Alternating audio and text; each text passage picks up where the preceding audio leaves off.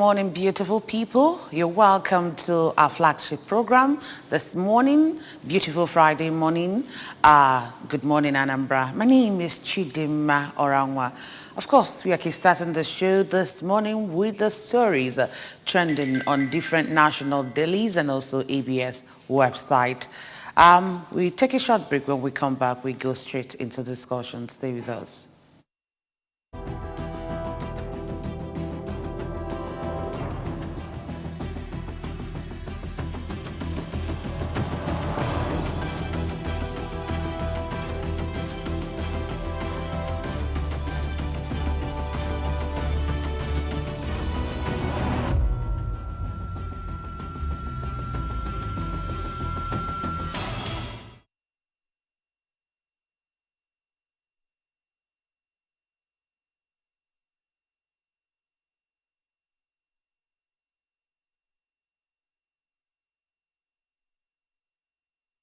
All right, glad to have you back.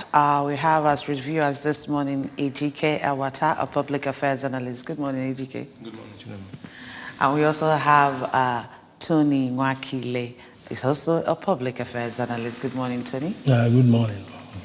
All right, quickly, let's start with the stories trending on ABS website this morning. Anambra State Assembly commends ATMA for removing obstructions on roads. Anambra debate team wins President's Inter-Senior Secondary Schools Debate Championship in Abuja.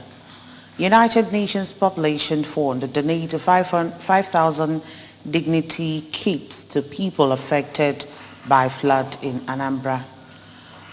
Mrs. Soludo calls for wide coverage of measles vaccination exercise in Anambra State. These are the stories we have on ABS website this morning.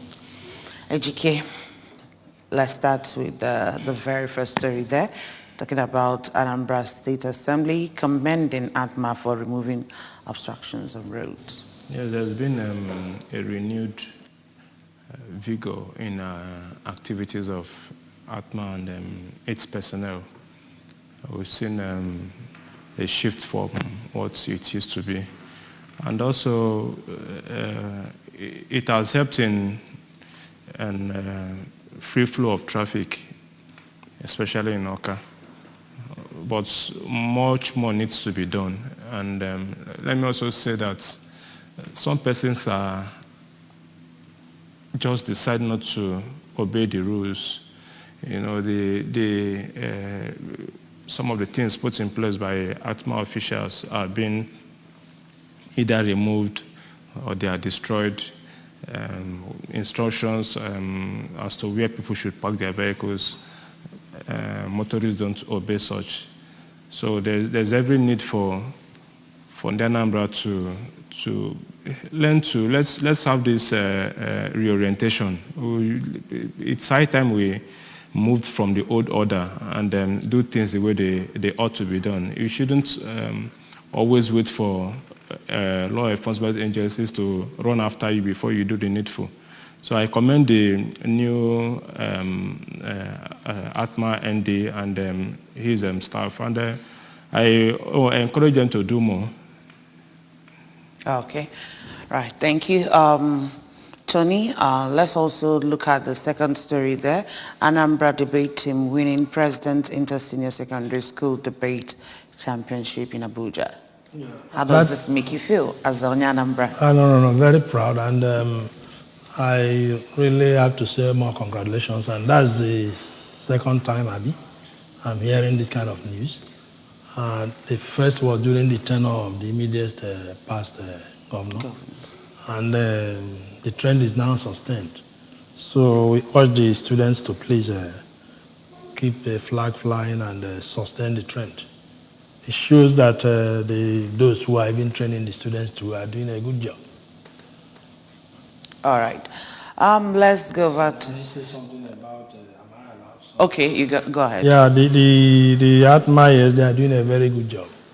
But I will urge Conti, well, we know he's a very hard-working person, to also look into the activities of his staff. The idea of first and foremost, these things are not demarcated. There are no signs that, look, this is one way, this is this, this is that. And then as soon as people drive by, the next thing you see a team of persons wearing the Anambra Atma uniform. Some are not even wearing any uniform. Jump into somebody's cars, and then if you now get closer to that place, you listen to the complaints.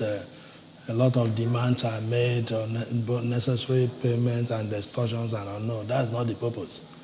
What those people are doing is to blackmail the activities of the chairman, Mr. Conti. We know him. That's the former immediate past TC chairman of Dunukofia local government. He has a track record of performance wherever he goes to. But he has to be very watchful and look into what his team staff and team members are doing. Else, the thing will be rubbished. There's no point in starting money. This is not the time to begin to start. Let the whole thing be clearly demarcated. And if persons now violate it, of course, you bear the brunt. All right, going ahead, we just want to let you know that you can be part of the discussion ongoing in the studio this morning. All you need to do is just to dial the number displayed in front of your television set. The first paper under review this morning is the National Star newspaper with the banner headline there, Tinubu Osinbajo's rift deepens. And then VP's absence at Jos rally unsettles APC. Division in Tinubu's political family. APC will bequeath poverty to Nigeria as its legacy, Atiku. Counters out of Imo Monarch's murder, IPOB. Ataga, police stole my statement, forced me to sign theirs, Chidinma. Wike pledges to support Obi's campaign with logistics. 133 million Nigerians are poor, NBC. That's a report from NBC, and you can get the full details in the inside page 32 of the National Star newspaper this morning. Over to you, Ejike. Let me look at or talk about the Wike story.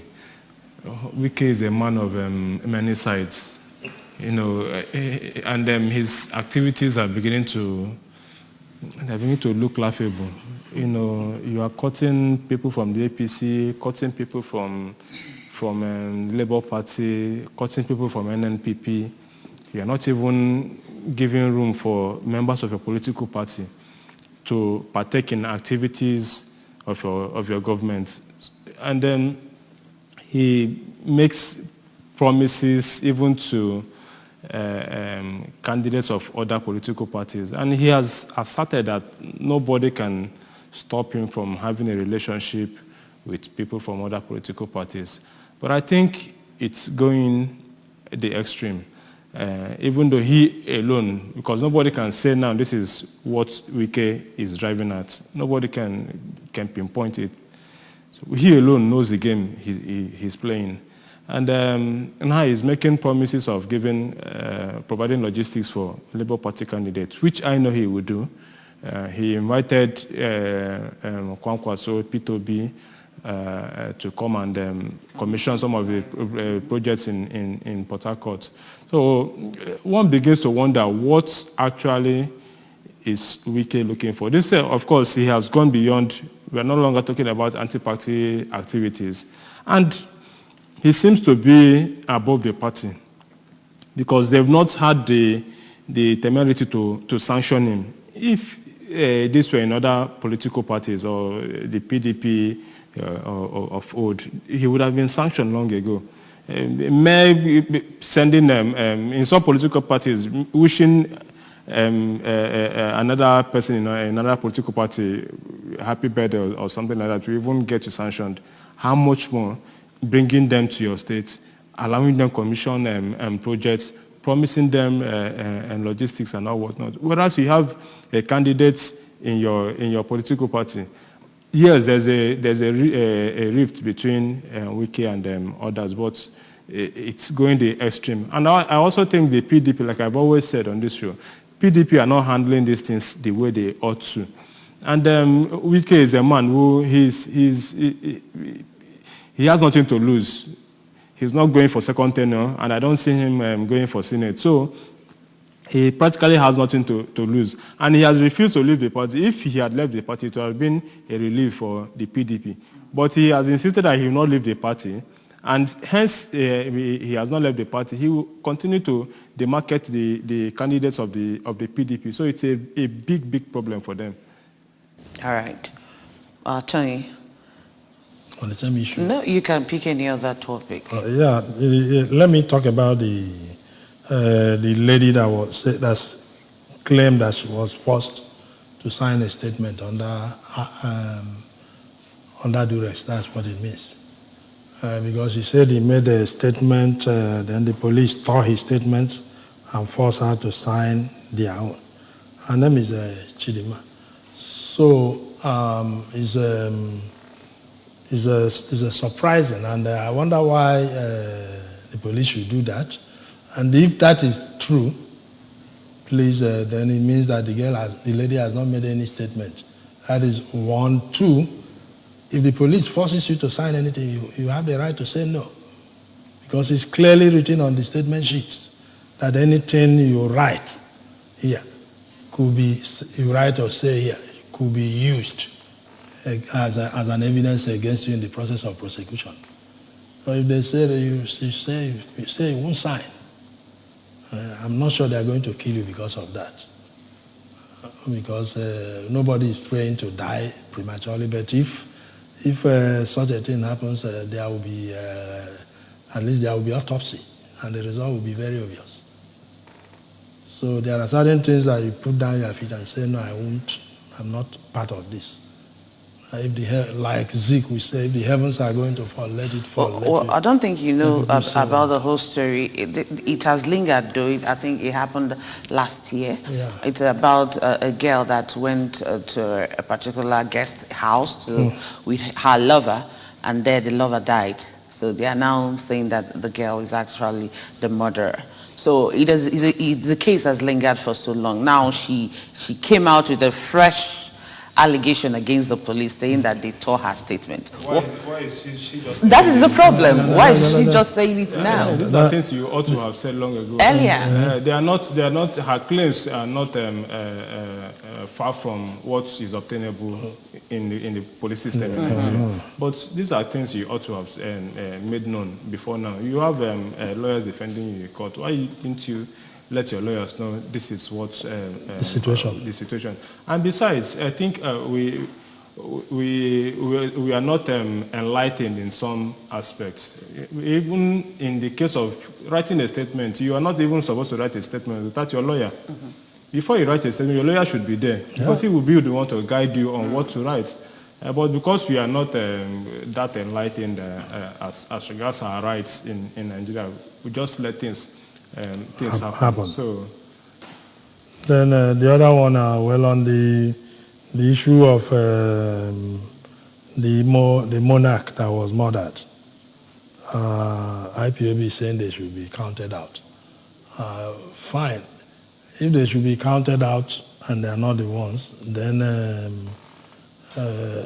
maybe it is me that maybe it is me or some of us here that did that.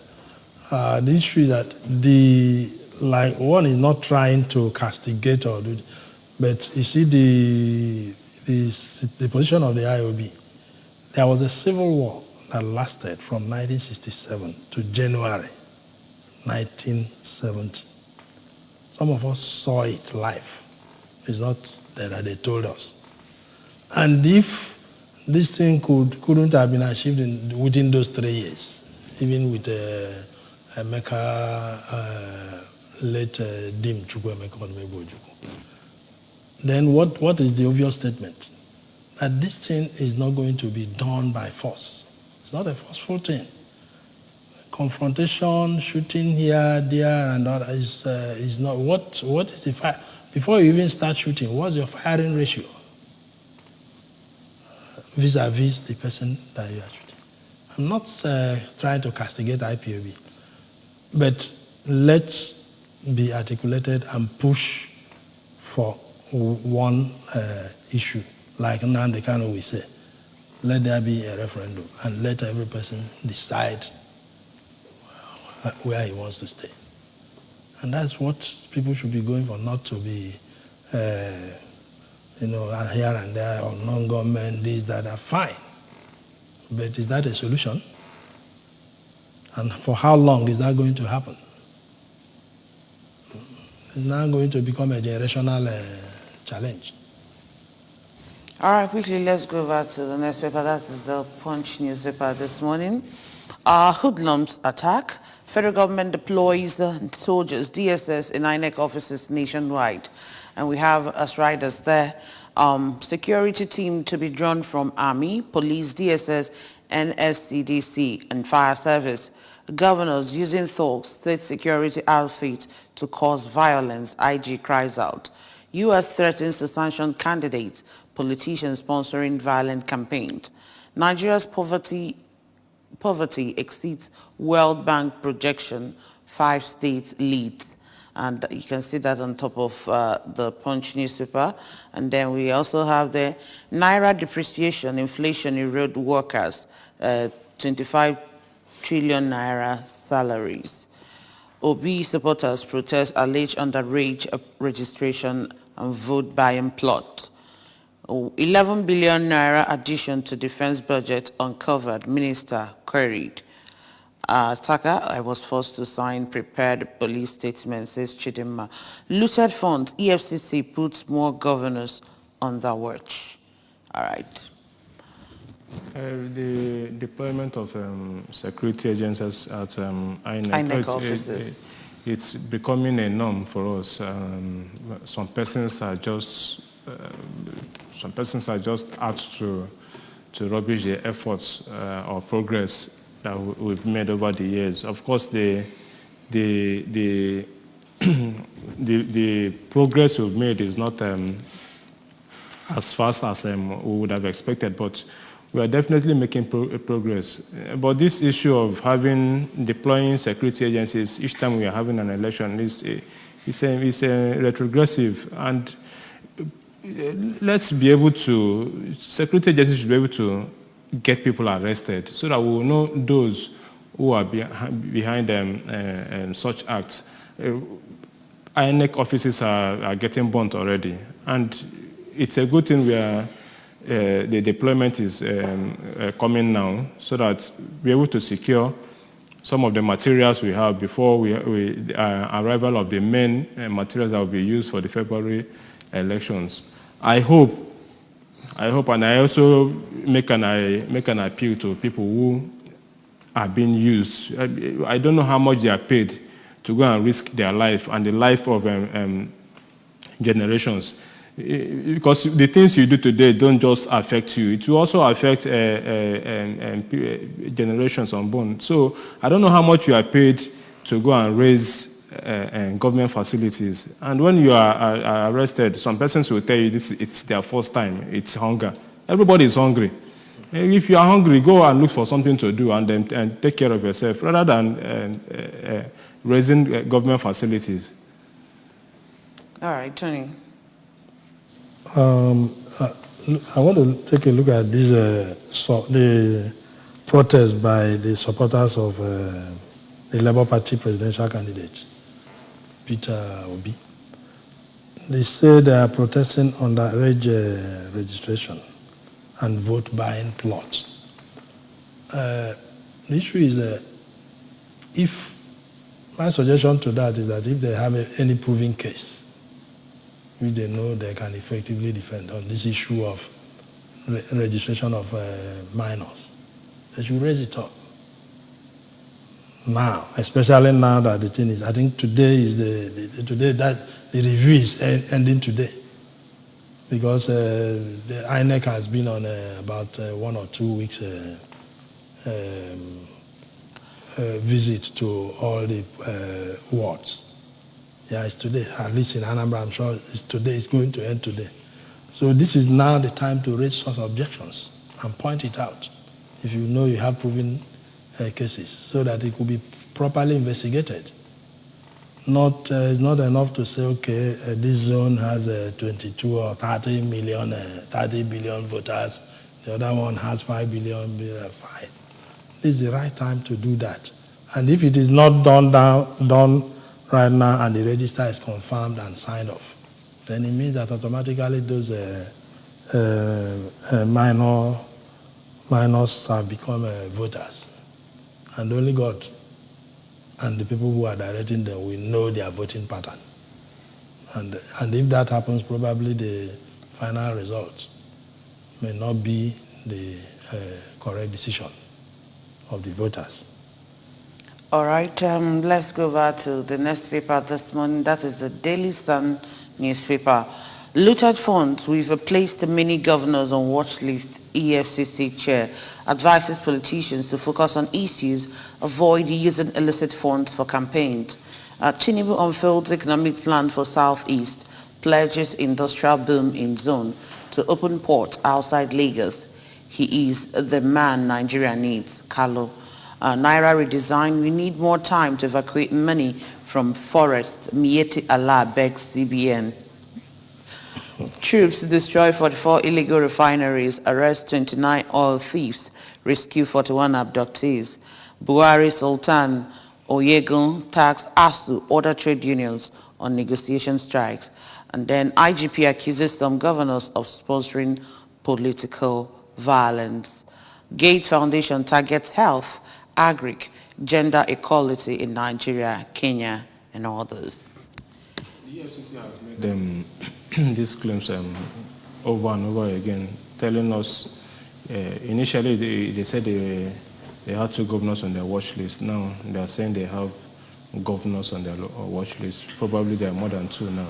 But is that the right way to go? It's like the military coming on air or going to the press to discuss the activities and how to curb criminality. Things are not done that way. Do you now expect, since you've made known your plans, do you now expect the same governors you are under your watch list to go about flaunting money or carrying money about? No. You've just told them this is what you are about to do. So they will re-strategize. It's not the way to go. And also, there are, if you visit commercial banks now, the volume of money individuals coming to deposit are alarming. So that's another way to checkmate. Where have you kept this money all the while? Of course, we know there are people we know there are the unbanked. That's what they are called. But the amount of money people bring into the bank since this issue of redesigning the Naira notes came up is alarming. So you begin to wonder, where have you kept this money all the way, and why are you bringing it to the bank? That is the redesign of the Naira. That's one major advantage because it will help to take retrieve money from the hands of individuals who have stored money in God knows where. Some of them like in the Mieti saying like that they should give them time to bring money from forest. Yes, so to bring money from the forest. So the whole thing is it's laughable. What we need to do, or what I would want and those in authority to do, is be on the watch list of those who bring in or coming to deposit huge sums of money. Don't come and tell us it's not just about governors. Even senators are also corporate. It's not just about governors. Be on the watch list and find out 2 weeks ago, a state lawmaker was arrested with huge sums of millions of dollars. So you can imagine how much money is out of the bank. And then individuals are keeping these monies. So they should be on the lookout and make sure they are arrested and prosecuted. It's not enough to tell us you have them on your watch list, and at the end of the day, nothing is done about it. All right. Tony? Yeah, I want to take a look at Tinubu unfolds economic plan for the Southeast, pledges industrial boom in zone. I don't know which type of industrial boom. It was not specific. Look at the footnotes when he was saying it. It was not specific on what precisely should be done. What exactly what kind of industrial boom does he intend to deploy to the Southeast? Southeasterners, yeah, and Nigeria is a dependent economy because we produce what we do not consume and consume what we do not produce.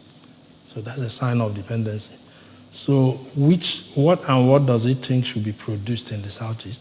And where does it intend to site these factories? Because when you now put together the factories that are producing similar or related goods, you now talk about establishing an industry. So what kind of industries? Has no specific, no, it was just a general statement, not pinned down to anything. I think the truth is, you look at, if he wants to address the issue of the Southeast, one, we thank Buhari very well for handling the second Niger bridge the way he has done. Then you look at the issue of importation. More than 90% of importers in this country, not in West Africa, are Southeast based. So what they need is a very close wharf where these things can land, be cleared and handled.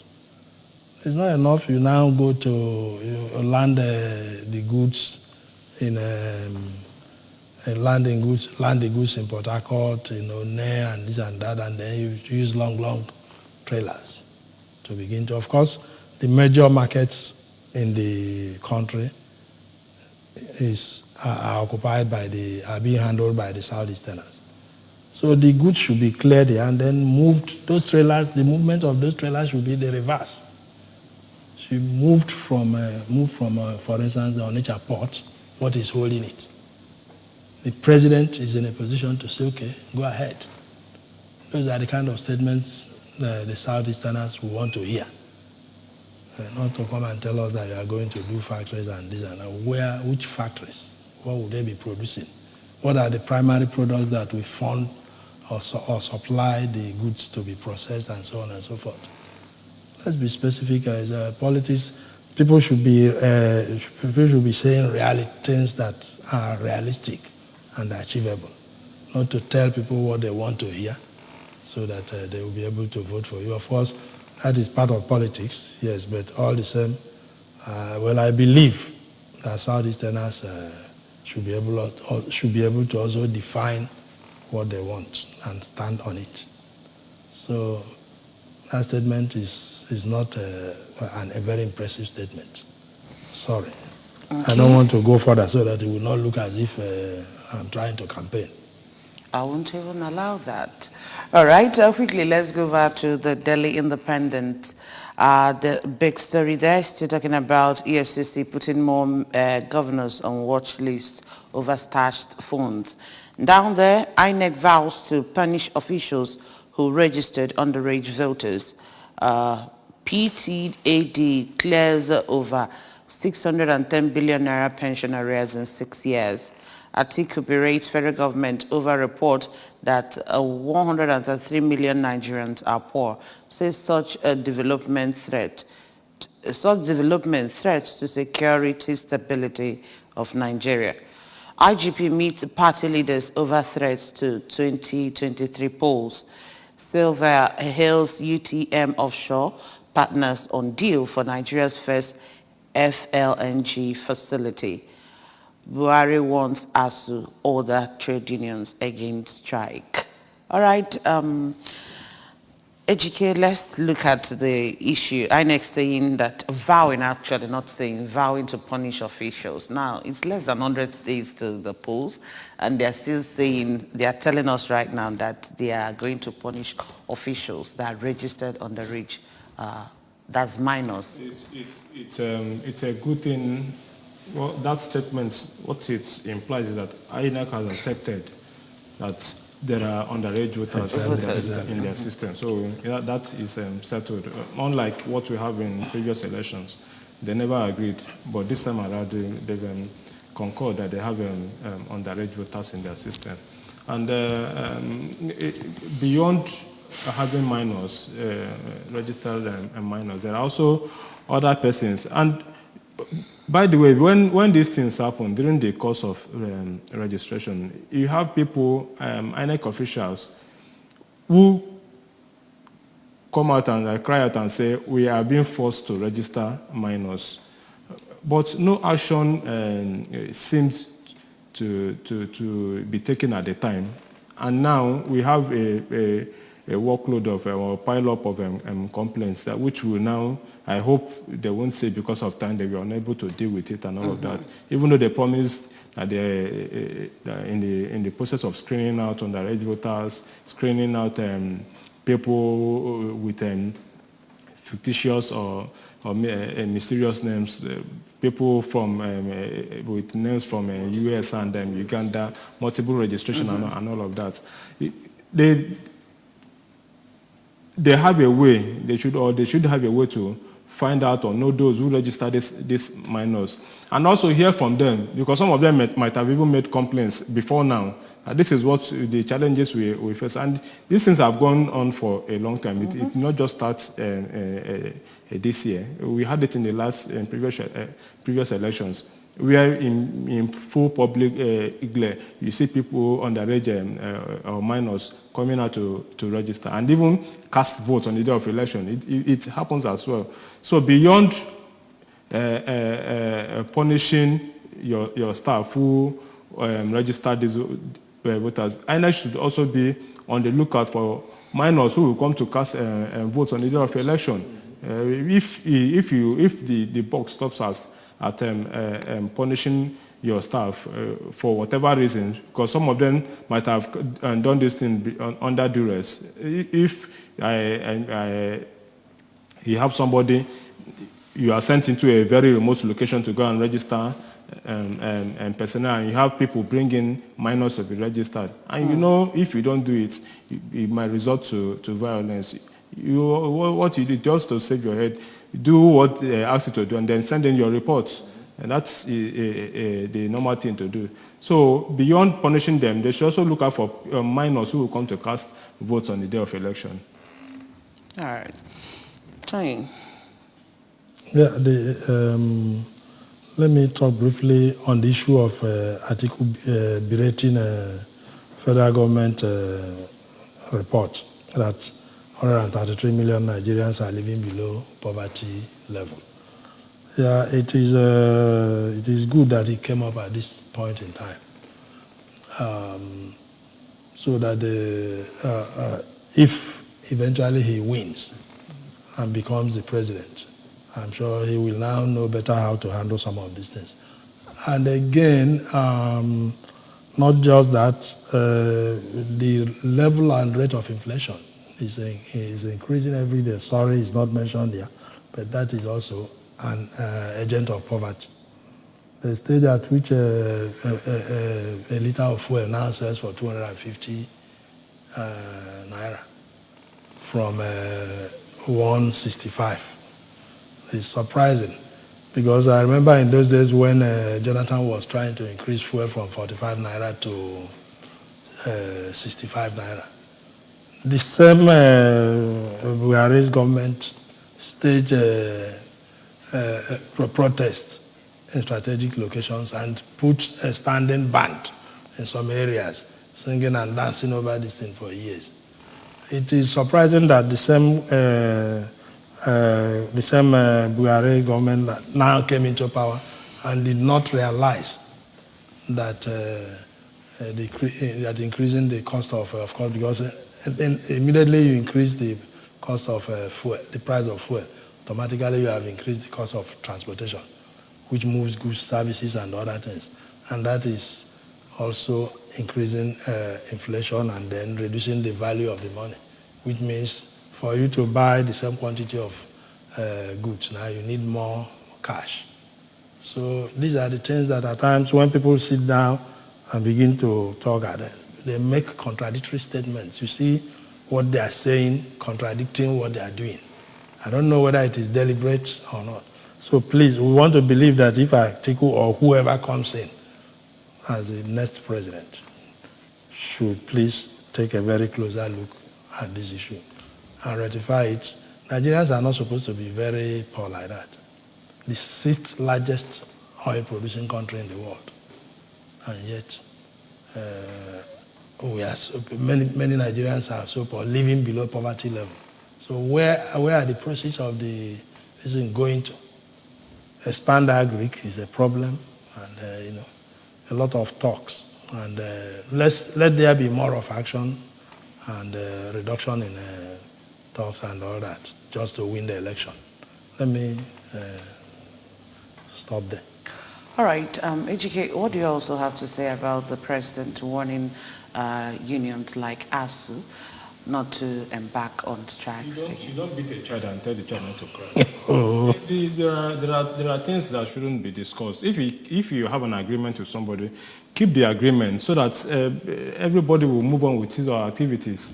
You make promises of improving or releasing funds for improving activities in the universities. You don't release the fund. You don't pay them their entitlements, and at the end of it, you tell them not to go on strike. And should I say the worst thing is that there is no option to strike. If there is, somebody should tell me. There is no option to strike because that is the only language government understands. Okay. There's nothing else they can do apart from going to strike. So government should learn to keep the agreements. Hello, good morning. Hello, sir. Hello, good morning. Good morning. All right, this is Anambra Broadcasting Service. You're not calling any father or any mother. This is Anambra Broadcasting Service, and we are here doing the program Good Morning Anambra. This is the press review segment. All right, quickly, let's see what we have in front of this day newspaper this morning. Bawa, Nigeria redesign, Naira redesign rather, significant step to economic recovery. That's the banner headline in front of this day newspaper. We have riders there, says more governors being monitored for stashed cash. ICBC recovers 117 billion naira in 8 months. Arraigns a former customary court of appeal judge. CBN directs banks to work on Saturdays to beat deadline for return of old banknotes. UTM Offshore, JGC, Technip Energies sign agreement on Nigeria's FLNG. Southeast businessmen support Tinubu's presidential bid with 1 billion naira. And then you can see there signing of a FLNG agreement for Nigeria. See the picture in front of this day newspaper. Jimovia, IT practitioners to headline Zenith Tech Fair. More troubles for P&ID as firm owned by Danjuma drags ex-partner to court over $40 million loss. These are the stories trending in front of this day newspaper this morning. Let's start with you, Tony. Well, a lot has been said about this redesigning of the Naira. Actually, a lot of people have been arguing what kind of economic prosperity is the redesigning of the Naira going to bring at this point in time? How does it impact on the quality or quantity? Probably the only reason is that, fine, a lot of money that are outside the banking system will come into the banking system, fine. But then the time is so short. In fact, that thing should be given not less than 6 months, if actually the intention is to stabilize the Naira and bring back much money into the banking system.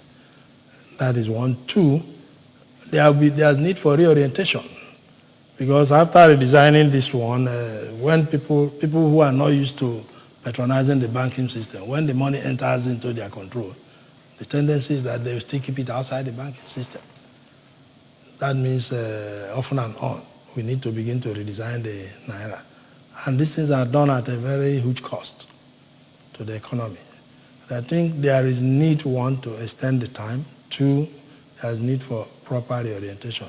let people begin to, I don't know, what are the marketers and the banking system doing these days? I don't want to blame anybody, but in those days, once you see an outfit springing up that is likely going to generate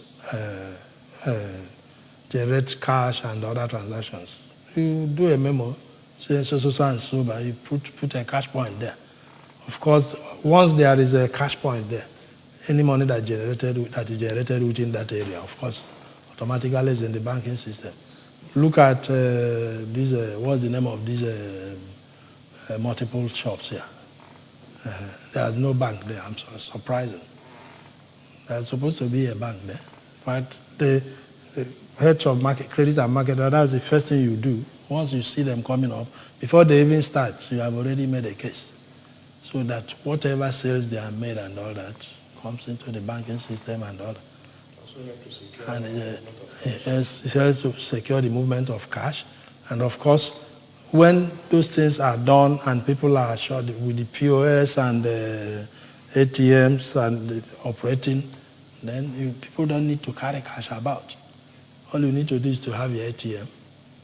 At each point in time that you need cash, you go to the nearest and then take cash.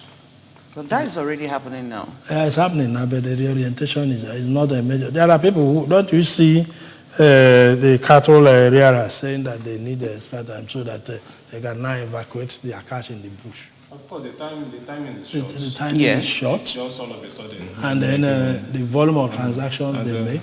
And we still need more ATM points, not just at banks. No. They should be strategic, so that people can just go in, walk make across, and that's another reason why people keep cash at home. Yes.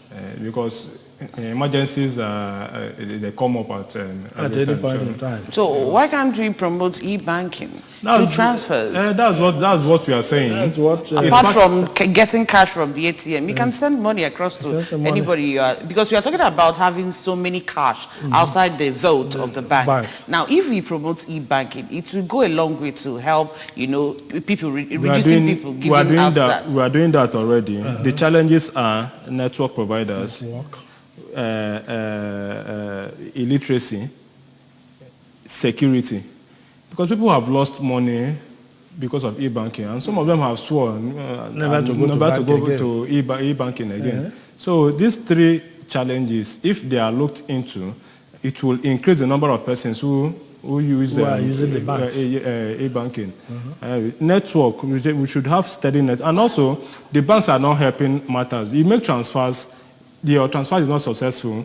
It takes weeks, sometimes months for you to recover your money. Those are the challenges. All right. Well, that's it for this day newspaper. Let's go over to the next paper that we have under review this morning, and that is The Nation. The Nation newspaper, security chiefs, Wike attacks Atiku for criticizing Buhari. Rivers governor vows to remain in PDP, fight vultures and scavengers. Obi outlined plans. And then up there, IG blames violence, tension on governors. Tinubu to make Southeast Industrial Hub. Zenith Tech Fair 20 attracts a global, Zenith Trade Fair 2.0 attracts global brand leaders. Why we dropped 20 billion naira case against government by Kanu's lawyer. First Lady, Governor's Wife's rally for Tinubu Shetima in Ilori. Nigeria faces debt servicing challenges, DMO warns. All right? Well, these are the stories trending in front of the Nation newspaper this morning. Now, the big story is still talking about Wike attacking Atiku for criticizing Buhari. Of course, we are in the political era, so we keep seeing this kind of, stories in some of our dailies. So let's quickly comment on the headlines there. Tony.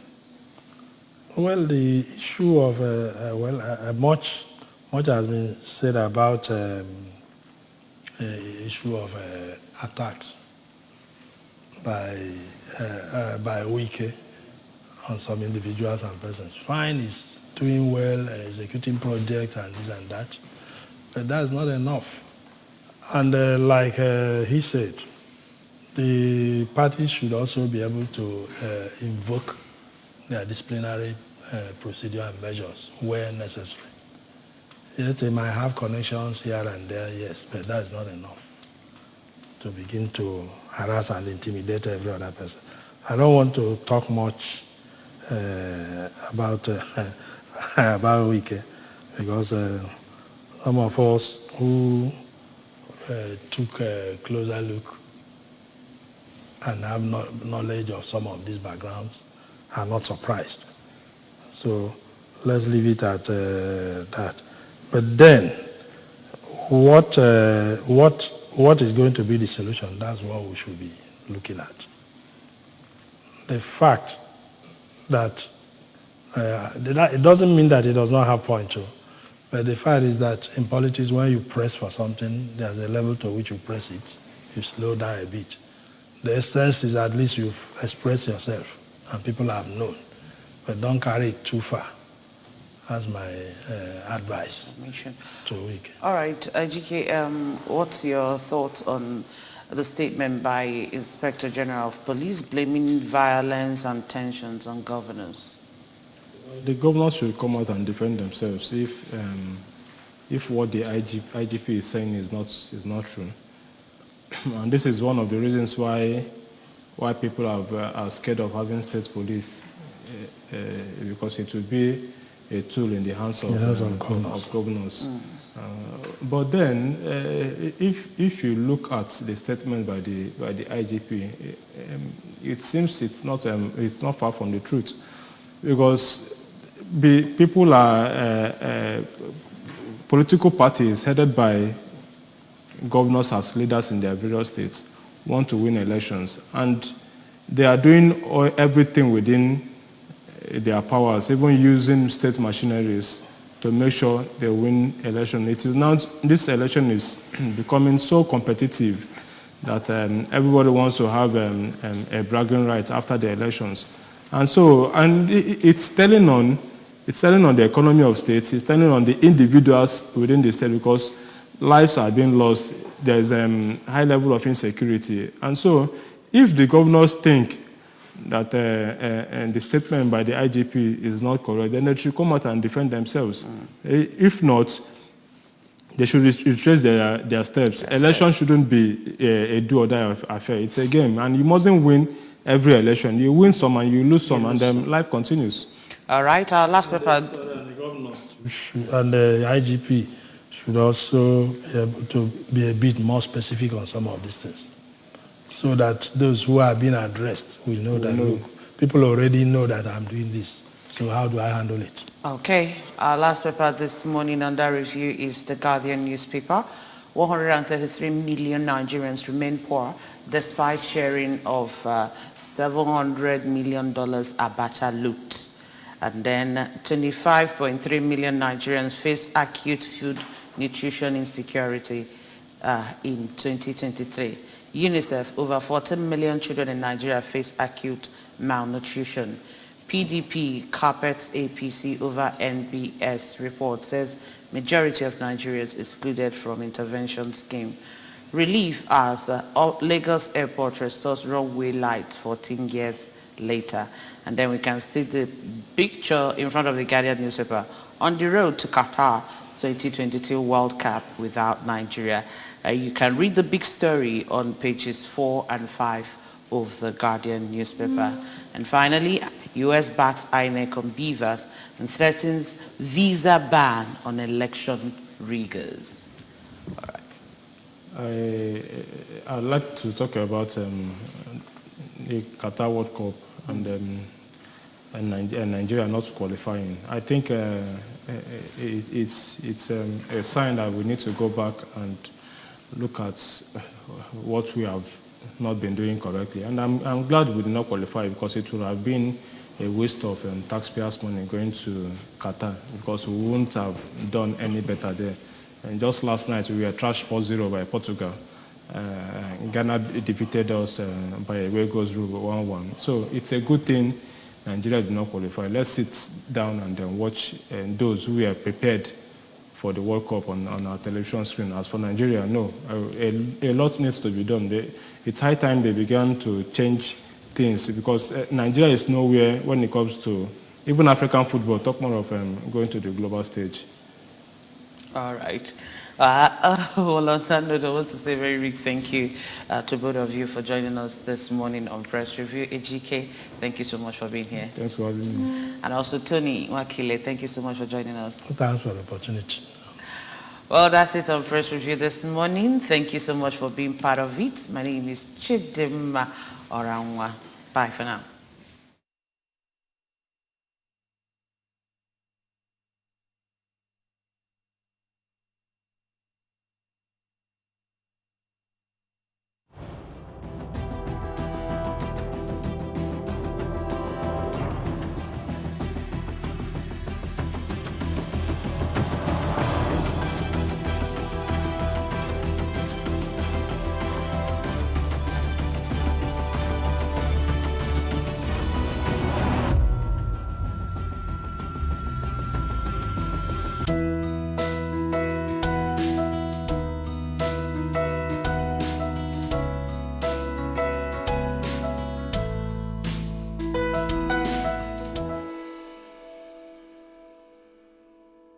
So we are going to be exploring what it means to be compassionate.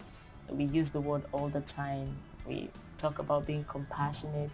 We say, oh, I'm expressing compassion towards this person, but I'm not sure if